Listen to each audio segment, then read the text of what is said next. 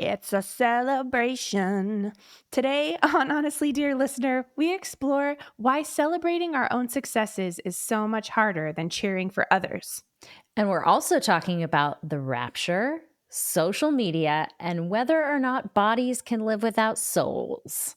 I'm Emily Hatch. And I'm Carrie Schaefer, and this is Honestly, Dear Listener. Honestly, dear listener. Woo!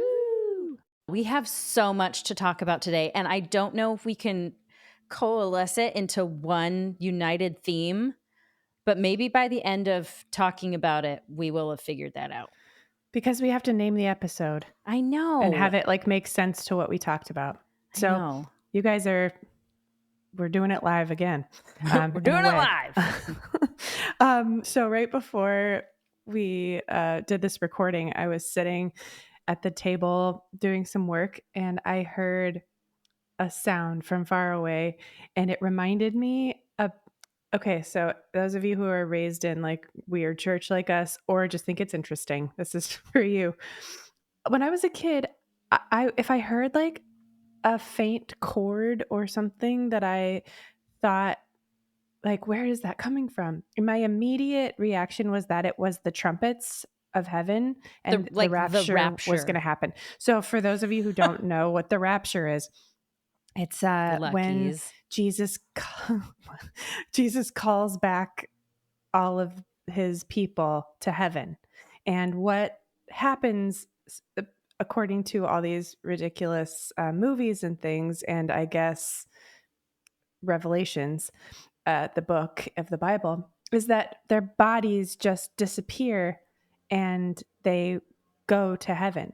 And in other ways, it's really like the souls that go to heaven. So, okay, so the trumpets will sound. Is what the Bible says, right? Yes. I guess. Yeah, it paraphrased. The trumpets will sound, and then all of the people who believe in Jesus will go to heaven. So instead of dying, we're all just waiting to get raptured. So when I was sitting at the table today, I heard a far away sound, and I was like, the trumpets. What? I am I'm 39 years old and had this visceral PTSD reaction to the trumpets. It was a horn that was far away. So, yeah. I mean, and who are we kidding? I wouldn't be raptured anyway. I wouldn't hear it. But I did have this, I've had this thought too, because we've talked about the movies show that, there's just a pile of clothes. And in some movies, is this Left Behind, the Kirk Cameron series? There's that, but there's another Left Behind, from the 70s. In some versions of this, Left Behind, that means the people who aren't Christians walk in, or they weren't right with God, walk into sometimes a pile of messy clothes, sometimes a very tidy, folded, the Holy Spirit just came folded and some folded clothes all day. Oh my God. Yeah. That's a lot to do. But I have this thought that if it was real and it is just your soul that ascends to heaven, wouldn't it just be that all the bodies of the people just drop dead? So there'd just be thousands and thousands and thousands of just dead bodies laying on the ground. Instead, I mean, can a body live Jesus without a doesn't soul? Care about... Can a body? I mean, Donald Trump walks around without one. Oh no, we've gotten into political land. Crap. No. Sorry, oh my God. We'll stay out of politics. There are plenty of people that live without souls. No, I think that's just a personality disorder, but that's my armchair psychology. Anyway, I'm pretty sure that your consciousness is your soul, right? So if your soul goes, then wouldn't your body just drop to the ground? Because your body doesn't go to heaven. Anyway. But it's so confusing. Yeah. Okay. So Emily and I, if you are new to this podcast, Emily and I were raised in a pretty high control, evangelical, right wing Christian, Pentecostal, evangelicalistic Christianity movement. Fundamental. Yes. We were fundamentalists. Yeah. And so, yeah, I worried less about the trumpets. I worried more that I would, like, not be able to find my parents, and then I go around the corner and there's their pile of clothes, and Mm. I'd be like, "I've been left behind. What did I do?" But then the more that I've deconstructed my faith, and I honestly don't know what I believe now, but what I do know is that I don't understand a God, like, if he's such a good God and if he's such a good parent, why would you ever be like, okay, if you choose me and during this one tiny period of history, it has to be within this period of history, or else your soul, there's no luck for you. Like, That's a good sorry, point. Yeah. yeah, Like which is like BC, everyone's so, like, yeah. But if you don't choose me, then I'm going to give you eternal punishment. And the point of punishment is to help you change your behavior. So it's mhm, not truly punishment if hell is forever, right? What that becomes is torture. And then at that point, God, the person that sent you there, is a masochist. And mhm. is that a good God? Like, really? Yeah, Abba Father, they say. And I know that parenting is like difficult, but there's literally nothing my kid could do. Oh, yeah. And there's like a version of Christianity that believes there's nothing you can do to separate you from the love of God. Hmm. So, how does that work then? Like, so you go to hell though? And then some people don't believe that anybody goes to hell, but because Jesus, when he died, took the keys of hell and death Hmm. and threw them away. I We don't were know, very man. much raised with the idea, though, that there was a heaven and a hell, Oh, yes, yes. And which is that, like, why, you could not even know that you were bad enough to go to hell, which is why I am hyper vigilant, I think, on like, am I okay? Am I being okay? Do I not know that I'm not okay? Like, yep, I still feel like that all the time. Anyway, as I said, started therapy. That's a good thing, you know? yep. I mean, totally. I live with, I mean, just working anxiety in the background of my life and have for my entire life. And I do feel like a lot of that is because of those systems that we were raised in. That was like, are you? Are you okay? Are you Was that the saved? trumpets? What if you're not? Oh, pile of clothes. Blah, blah, blah. What are you going to do? Huh? Like, it's all of that. So as you can tell, Emily and I are still working through a lot of things because these old systems of belief do affect how we create. Oh my God, yeah. So There yeah. I just was thinking of the like, sorry, and it made me laugh. The song from Left Behind, and it was like the 70s version. Will you And the sing it? tag on the end was like, there's no time to change your mind. The sun has come and you've been left behind. You've been left behind. Like it's the Who's who is singing this? Like, you're an a-hole if you're the one that's saved and singing that. And why would you sing that if you weren't ugh. Who's just like jamming to hilarious. that in their car? Well, it was on the movies. It was like the credits Still, song. like, you're writing a piece of music for somebody to listen to it. And like, who's gonna, it's like being Well, like, it's you know okay what because I, they're going. oh, okay. It's So, like, like, they're warning all you idiots that didn't choose what they chose and aren't as holy as them. Anyway. it's like buying a copy of The Passion of the Christ on DVD. Like, who is going to sit around and watch that for funsies? I don't know. Our parents. I Just kidding. count me out. I Uh, saw that one time and that was one time too many. I do I not want actually to see don't that think my movie again. parents would watch that. Ugh. Um, so anywho, Yeah. a lot has been going on and we're still here Yeah. Yes, we are. in our Thank clothes. goodness. So Yep. to shift Hmm. a little, you had a big accomplishment happen. And you guys, I just have to tell on Carrie really fast because before the episode, I was like, and you're going to talk about your big accomplishment. And she's like, what? What? That's not even a big deal.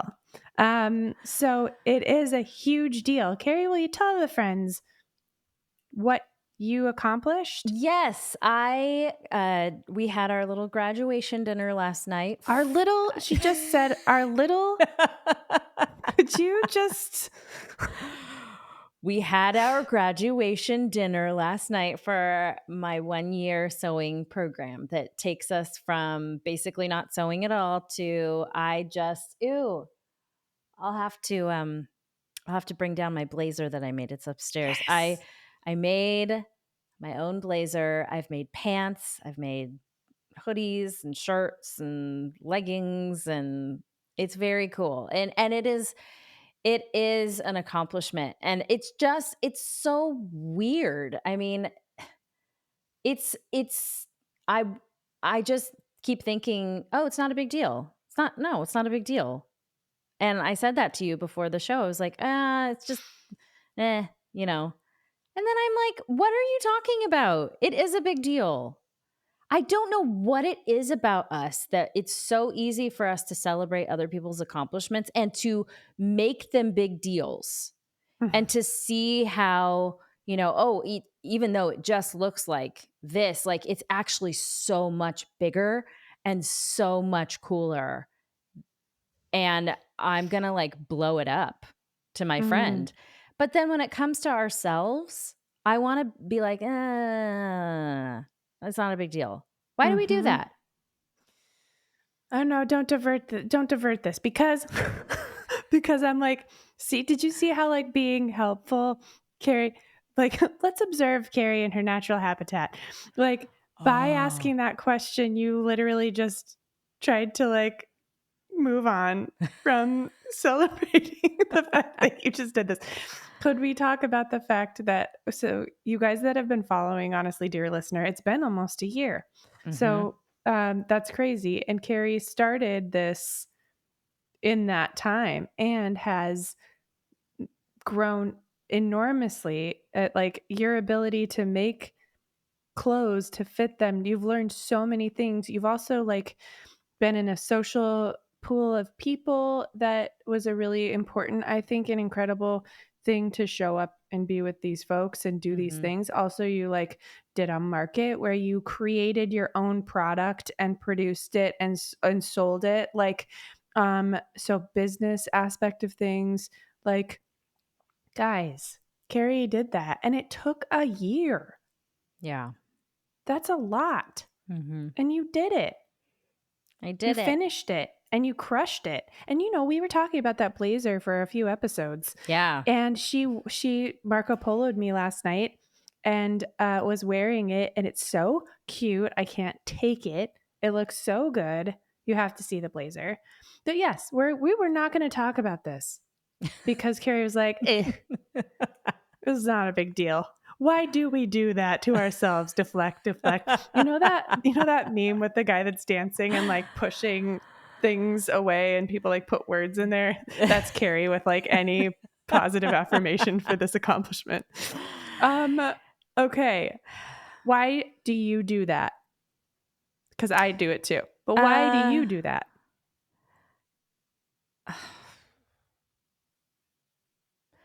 I think um I think I don't know. I don't know. Why do I do that? It's obviously serving some kind of that behavior. I'm getting something out of that behavior, or else I wouldn't be Mhm. doing it. So Mhm. what am I getting out of it? Hmm. Maybe that I downplay my accomplishments and what I do because I maybe want to be the first one to be like, this isn't cool, so that somebody else doesn't get to that sentiment first. Mhm. So maybe it's probably self-protective. Because if Mhm. somebody came along and was like, it's the stupidest thing ever. Like the program isn't that cool. Look at your shitty clothes that you're making. like, really, then I can be like, "Oh, it wasn't that cool to begin with, and I never said it was." Yeah, I didn't think that. I've been thinking that the whole time. I never thought Yeah. it was cool.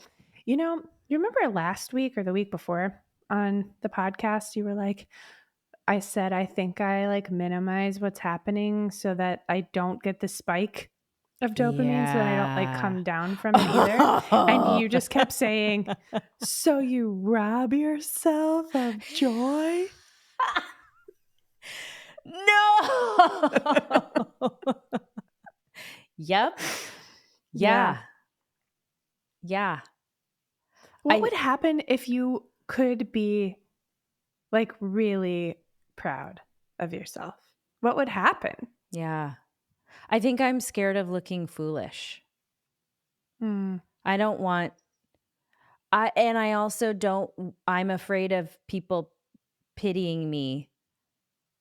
I come back to that all the time. Like, Mhm. if it in my brain, somehow it'd be the worst thing in the world if I was, like, joyful about something and somebody else was like, "Oh, poor thing, It's she not doesn't even that know." good. And she Yeah, doesn't know. she Yeah, doesn't know. that's a lot of that. Those voices, I think, are because I actually don't give a flying fuck if people think that because I don't care enough about a lot of people's opinions to even value that. What I think it is this is getting deep, y'all. We're projecting our what we actually think, like one of the voices in our heads into what others could be thinking. Like Mhm. I'm afraid that I wasn't that good. I don't actually think I'm afraid that other people don't think that. I think I'm afraid that I think that, you know? And then we project it into other people and say other people might think this. Well, we've said before, what other people think is none of our business. Yeah.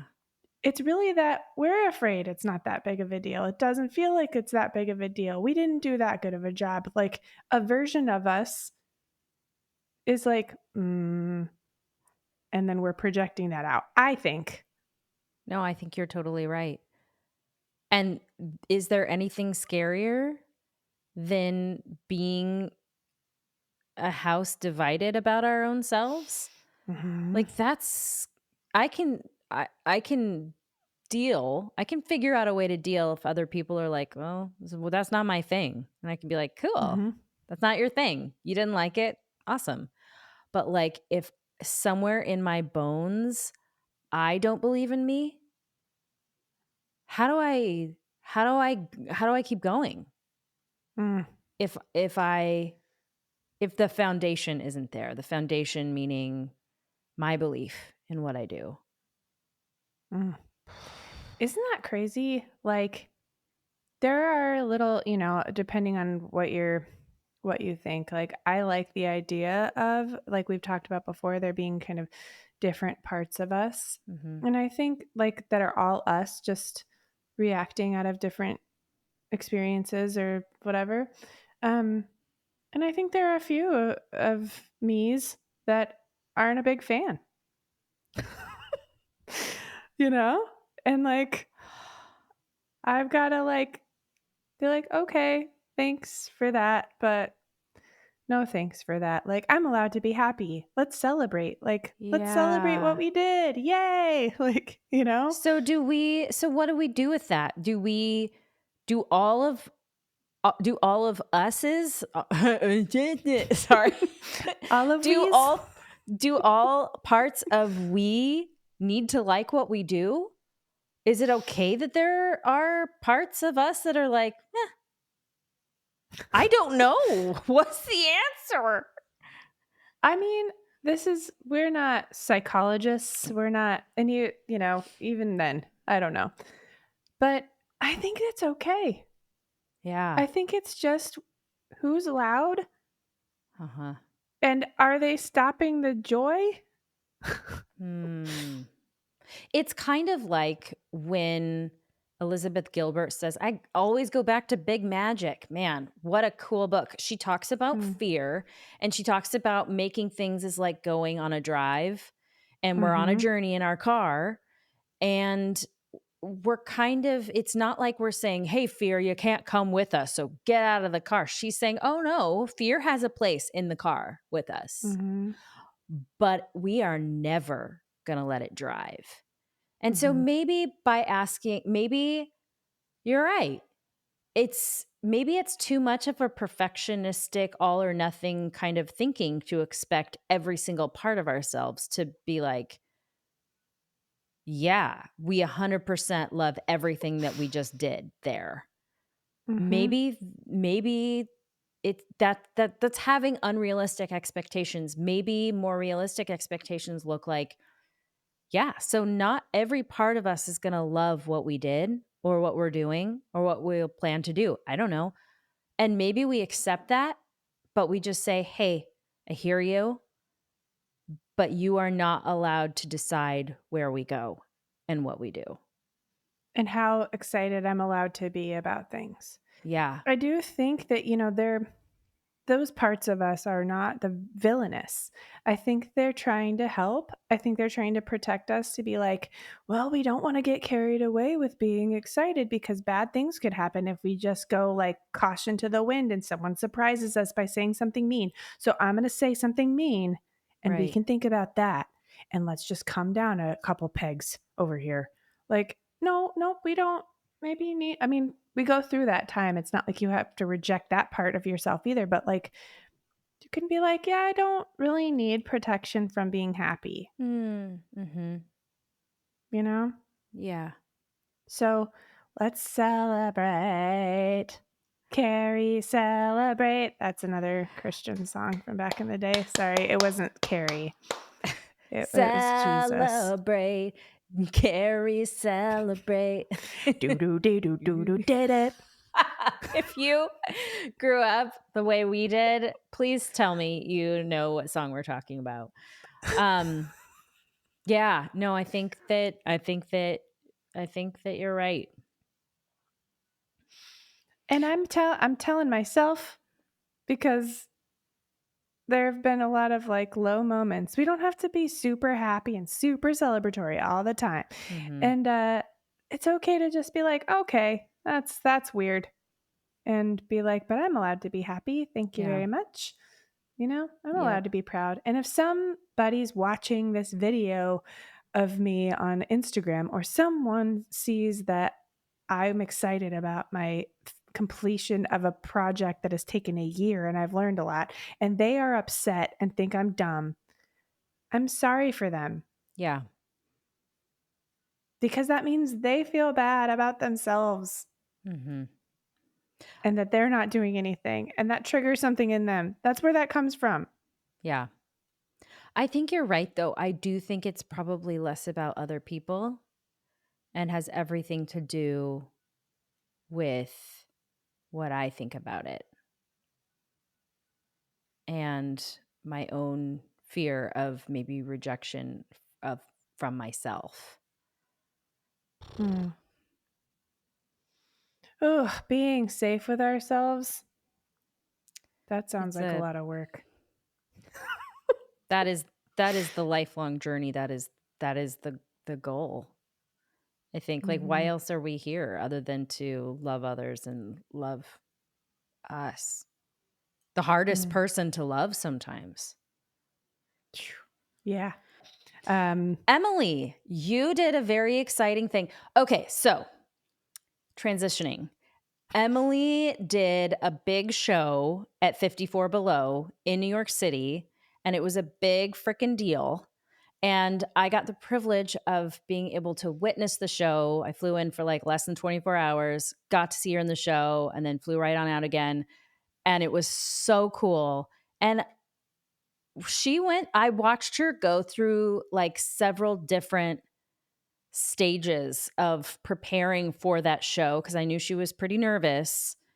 And can we talk about kind of, because I would imagine you're not the only person out there that is preparing to do something hard like mm, that. So I hope tell not. I hope our let's listeners are all preparing to do a tough thing with their creativity. totally. First of all, Thank you for coming because it really meant so very much to me that you were there. Um, I yeah, just being my favorite, I think one of my favorite things was after the show, we went and got cocktails, like Carrie and my husband and I, and they were just you guys, you, Carrie, and my husband were so supportive and so amazing and just like, and then this, and then you did this, and then you said this. And I was like, and it felt really, really nice. So That's that fun. moment was like really special. So thank you for being there. Um, yeah, what a journey preparing for, and I think I talked last week about trying to stave off the ridiculous amount of anxiety that I was having surrounding all of this. That day, I had a sound check, and the sound check, I shook the entire time. And I was in the room, like this tiny room, because we didn't get to sound check on the stage, which freaked me out because I was like, I want to know what it feels like to stand on that Mhm. stage. I've never stood on that stage before. No, not this time. You're going to sound check in a studio nearby instead. And so, like, those ladies that are very talented and cool are just going to be like sitting right in front of your face and you And go just sing. for context here, 54 Below is just below Studio 54, the legendary Studio 54. So this is it's a beautiful venue. They have singers, Broadway singers there, and this specific show was a mom's night out. So there were a bunch of moms that also happened to be Broadway. I mean, most of them were had either sung on Broadway, were currently singing on Broadway, or had done some pretty major things. So, Film and yeah, yeah. it was a big deal that Emily was in the room with this caliber of singers. Yeah, it was crazy. It felt um like who let me in at times, you know. So anyway, that rehearsal was crazy, and then or the sound check. And then I was like, okay, so my ankles are shaking and well, we're going to have to deal with that. And my biggest fear, I think, was like that I'm going to get up on the stage and not be able to like speak or literally pass out or like none of that's ever happened to me, but I've never had a show that I cared about as much as this. Hmm. Um, to the degree of anxiety that I had, either caring, if that's what caring is. So, anyway, I got up there and I was like, right before I went on stage, my heart was pounding out of my chest. And I was like, oh God, here comes the heart attack that makes me like fall down dead in front of all these people. Here I'm praying for the trumpets to sound. Just kidding. Uh, and I got up there and started my speech that I had prepared, like a monologue. And I was like, "Oh, this feels good, like, yay, I do this, I'm just talking to people." When I started singing, I didn't feel like I felt the nerves come up kind of a lot, and I had to navigate my story. Now the tricky thing is, within the song, it's a hard song, I sang "The Greatest Love of All," and the story within it is basically like kids are the future and we're, like, raising them, but also you have to learn to love yourself. So Hmm. you're learning to love yourself, but you also have to impart that self assuredness in the future of, you know, generations and your children, because a lot of us didn't learn how to love ourselves. So the irony of me like being mean to myself and kind of freaking out uh, was heavy with this one. Anyway, so staying present within that and not crying while I was singing, staying connected to the audience, all that stuff was going through my head. And once I was like, oh, this doesn't sound good. And I'm like, okay, it's fine. Anyway, so I leave the stage and start shaking. That's usually when I start shaking, is when I leave the stage, like big time. And and then I went through the process of figuring out if I thought I did a good job or not. I don't know if you guys relate to this process at all, but it's like freak out, Think about all the bad things that could happen. Prepare anyway. Prepare so that if you lose your fucking mind on stage, your body's like, we've done this. We know how to do it. Get on stage, try to connect with your body and connect with the audience. Get off stage and freak out and try to assess whether or not you did a good job. Um, and then my next step was enjoy all the other amazing singers. I was lucky enough to go third, so I didn't have to freak out the whole show, which was really nice. Um, Mm. I didn't watch the video until after you flew out the next morning, because I was afraid to. Mhm. And I was afraid that I would think I did a good job and then see that I didn't. Um, Oh. but I was like, oh, people laughed and they clapped a lot, and my voice sounded like 90% of what I wish it would sound like. And that's a pretty good percentage. Um, and great. So then I decided to post it on social media, which I think I did the next day. That's when I got weird. Interesting. Why? Mm-hmm. I think it was like people are going to look at this and be like, first of all, how'd she even get to do that show? Second of all, what even is that place? Who cares? That could happen. Or like, she's not even that good. Or like, is she really proud of that? Like, look how Mm. tight she is. Look at how she can't, like, she looks like an ogre. Thinking, I don't know if you guys do this, but do you ever watch something after someone likes it, or like you remembered that you shared it and that people would see it, and like when you see who liked it, you have to like watch it again through what you would imagine would be that person's Yes. perspective? Or like on Facebook, why did someone just like it and not love it? When Ah. someone said, uh, you have really good dynamics, are they saying that because they didn't actually like it and are just trying to find like you were loud? Is that, you just start this like little process of being like, oh, I want to watch it now. Every time someone likes it, I want to look at Mm. it. I Like didn't do that. watching it through their lens, like thinking Yeah. about them specifically as you watch it and Mm-hmm. what their reaction would be. Mm-hmm. And then seeing Yeah. like, well, it had 1,500 plays, but it only has 95 likes. So does that mean that those people didn't like it? You know, Right. and I was like, whoa. I caught myself pretty early. It was like 15 minutes of weird and me watching it again.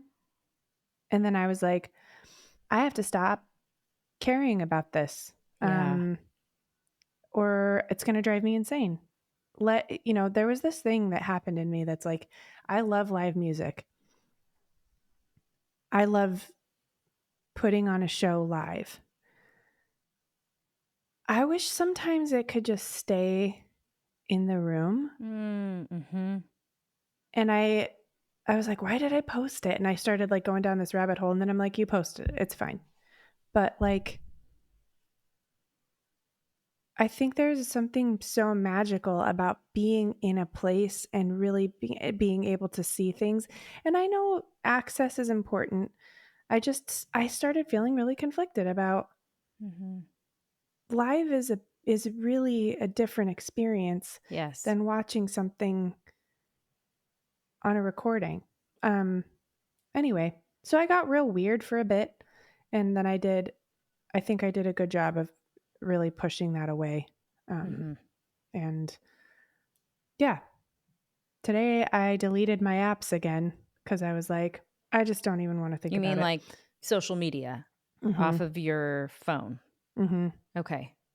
Now, Yeah. why today? Did it have anything to do with you posting your video? I don't think so. I think I've been noticing patterns of when I don't feel as happy necessarily, or Mhm. when I feel kind of like judgmental of myself, and I notice that that is connected to screen time Yeah. and how much I'm opening my Instagram and my Facebook, and then seeing what people are doing and whether or not people are responding. Or and I'm just like, I don't think I can handle it. all the time. Like, I've noticed myself clicking on the app and being like, "Ah," Mhm. like, I don't even mean to open it. Um, what do you think about that stuff? Oh man, it's so hard. Okay, so I deleted Instagram and Facebook off my phone, I think probably 3 or 4 days ago, and I have been a little sad lately and just feeling a little bit hopeless. Mhm. And I don't wanna feel that way, and I was watching a Huberman Lab podcast or something where Andrew Huberman, who is, a Harvard, uh, professor, he Like, was talking researcher, about right? yeah, researcher, and he was talking about the effects of social media and phones and everything on us, and he said something like, "We have so" in essence, we have so much cognitive money to spend every day. He didn't say those particular words, but I'm paraphrasing here. And I'm going to see if I can find that same video and I'll put it in the show notes. But he said we only have so much cognitive money to spend in a day. And when I choose to pick up my phone and scroll, our brains are not developed. Have We haven't had social media around our phones long enough for us to evolve a way to really be able to handle the kind of load and the switching from one thing to the next Like a so fast. stimulation and Yeah, and the yeah. stimulation that we easily spend our dopamine dollars on this stuff. And Mm, then we have not a whole lot left for the people we love and the art we want to make.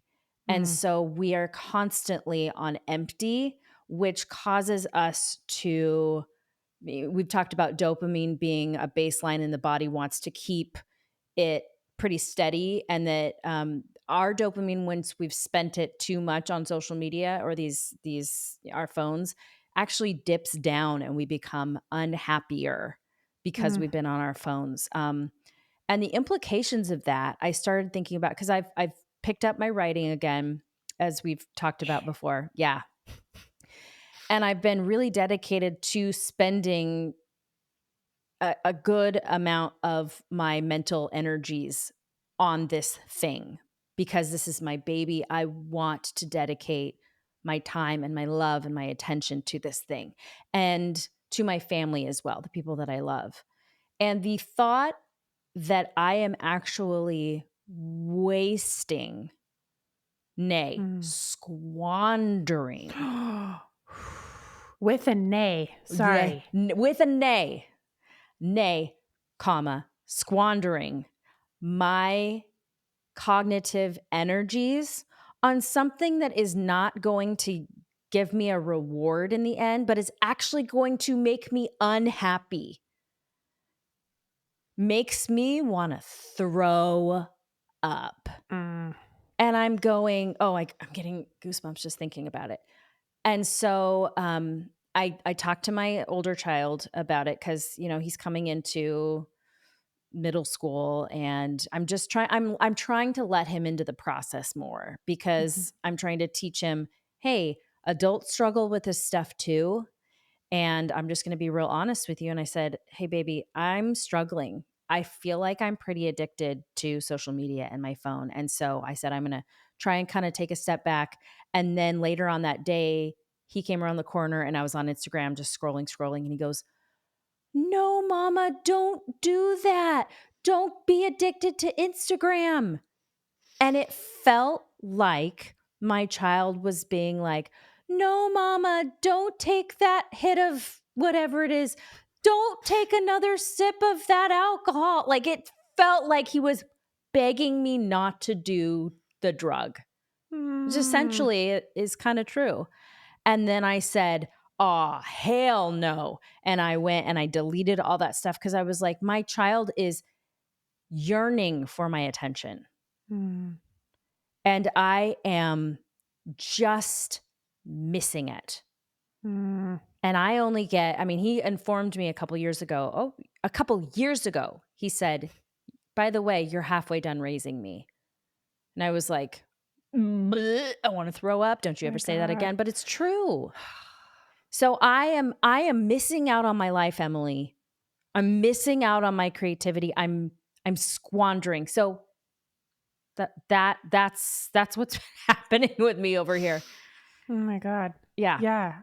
I mean, I want you to hear, dear listener, no judgment No. of where you are in your, like, maybe you like where you're at with social media. Maybe it feels really great. Maybe it's building your business. Maybe you feel like, I mean, I think people can get into places where they're like, sometimes I like posting because I Mhm. like making the content because that's also a creative outlet. Please know that we are not like, if you are Mm-mm. on social media and you're on it a lot, then you're a piece of shit and you're not a good parent. Like, no, no, no, Totally. no, no, no, no. Um, it's more just sharing what we're noticing Mhm. about ourselves and also like some statistics. So Mhm. maybe if you have been feeling kind of like icky poo poo about some stuff, maybe you can pay attention to like, what am I consuming, Mhm. and see, you know, is there time for me to be creative? Because Mhm. I've noticed that I will kind of tell myself I don't have time for the things that I care about, Mhm. and I do, and not in a shamey way. Again, I will be like, "Well, you do have time. You're just wasting it." Like, no, it's like if I freed up the time that I was spending on doing XYZ that doesn't make me feel good, would I have time to make something or deal with the fact that I'm putting off making something because I don't feel good? You know, and that's part of creativity too. So, Mhm. yeah, just know, like, if you're struggling with all this stuff, you can talk to us. You could put it on our Instagram. Just Mhm. kidding, but you could.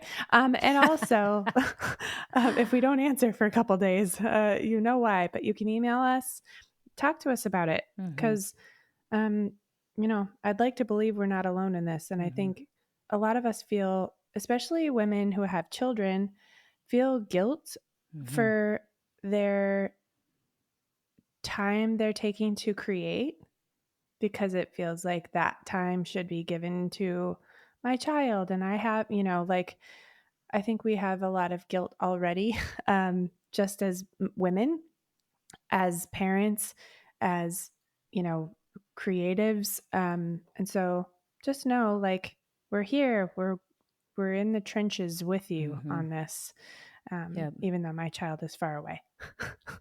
Yeah. Who is old? They're 19. Like, my child is far away. I don't even know who they are. Just kidding. Um, Yeah, I certainly don't wanna come across as, like, just because I'm feeling a way about social media, it's bad for everyone. I don't think that that's the case at all. In fact, I think social media is an awesome tool.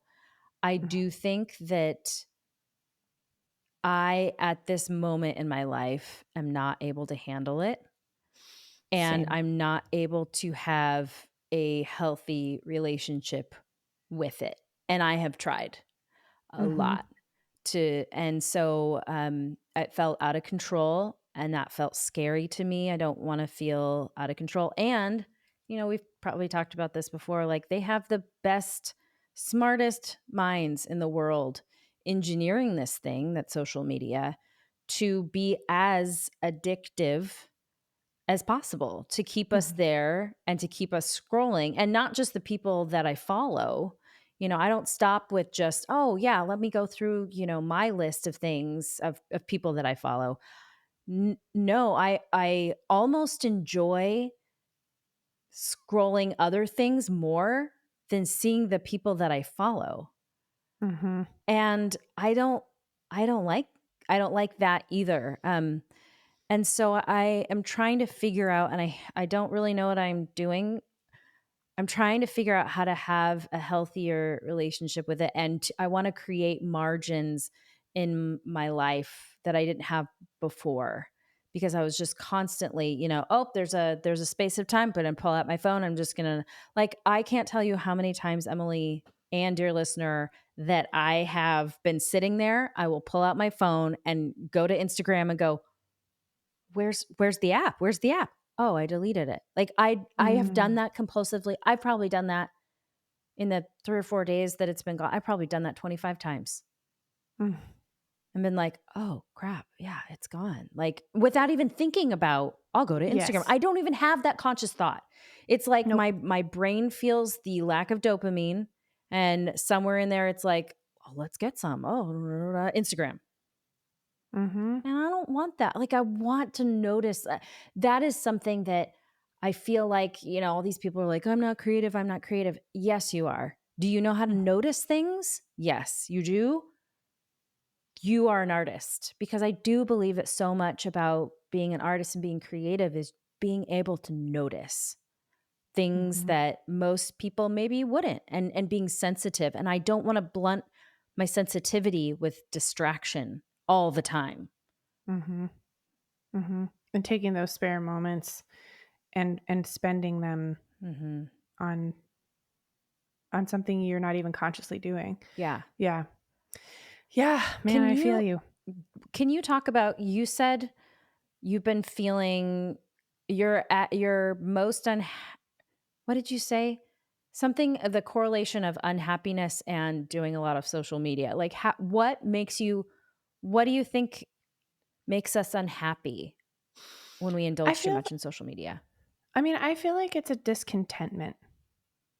It's like a general unrest. Hmm. And when I think about feeling I feel like more I don't have like I've never been diagnosed with ADD or ADHD, but it's almost like the lack of ability to like connect to something and do it. And then I like start beating myself up for not feeling like I want to do anything. And then, and then comparing. I think what is happening is I'm really unconsciously comparing myself to other people. Hmm. And then I'm like, I can't even do anything. And then the irony is I'll like go back to that so that I can look at other things more. And then I'm not doing anything while I'm doing that, you Mhm. know. So I think I'm just noticing a pattern. And it is like it's a dopamine thing. The likes, Mhm. the switching subjects, the all that. I mean, if you think about it, that like it is like a drug. I mean, alcohol does that for you, other substances do that for you, boost your dopamine. And then when you don't have that constant up, it makes you feel bad. And so Mhm. you want to keep doing it. Yeah. It's a similar thing. So I think it's just that like tiredness and like mean thing that just creeps up in me and I'm like, "Ooh, been spending too much time on that." And I Mhm. like put a timer on it so that I could only do it for so long per day. And then I kept just like hitting the remind me in 15 minutes Mm. to like and then I'm like, I don't even know how many times I hit that. So, Yep. I think about how much I could do. And it isn't even about productivity. That's the thing. Cause I Mhm. don't know. We've talked about this before. Like, I'm a push, push, push to do things person. Mhm. Sometimes I think that's like my disconnect. I feel like it's like I get to do this so that I'm not doing anything and I can relax. It's not even disconnecting so I can be more productive, which is also good. It's more like disconnecting so I don't feel unhappy with myself Mhm. by comparing myself to other people knowingly or not. Yeah. I don't know. Yeah. So, Well, well, dear listener, you're making things, you're doing things, you're working through shit, yep.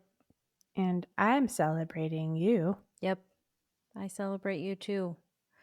Thank you for going on this vulnerable journey with us. Until next week, dear listener. Honestly, dear listener. Woo! Can we just sing that song just like once? Yeah, sure. Celebrate Jesus, celebrate. I'll do guitar. Da-da-da-da-da-da-da. Celebrate Jesus, celebrate. Yep. I don't know if I'll keep that in, but